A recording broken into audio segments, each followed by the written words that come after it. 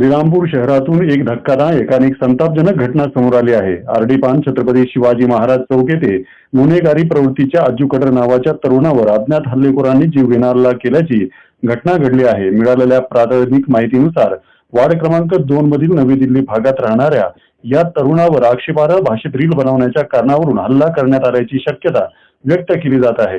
हल्लेखोरांनी कोयत्याने डोक्यावर, पोटावर आणि पायावर तपासक वार करत तरुणाला गंभीर जखमी केले असून जखमी अवस्थेत त्याला तात्काळ साखर कामगार रुग्णालयात दाखल करण्यात आले।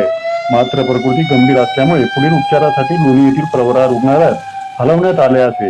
या रक्तरंजित घटनेमुळे परिसरात भीतीचे वातावरण निर्माण झाले असून पोलिसांनी तपासाला वेग दिला आहे। हल्लेखोर कोण आणि हल्ल्याचे नेमके कारण काय याचा शोध घेण्यासाठी श्रीरामपूर पोलीस कसून तपास करत आहेत।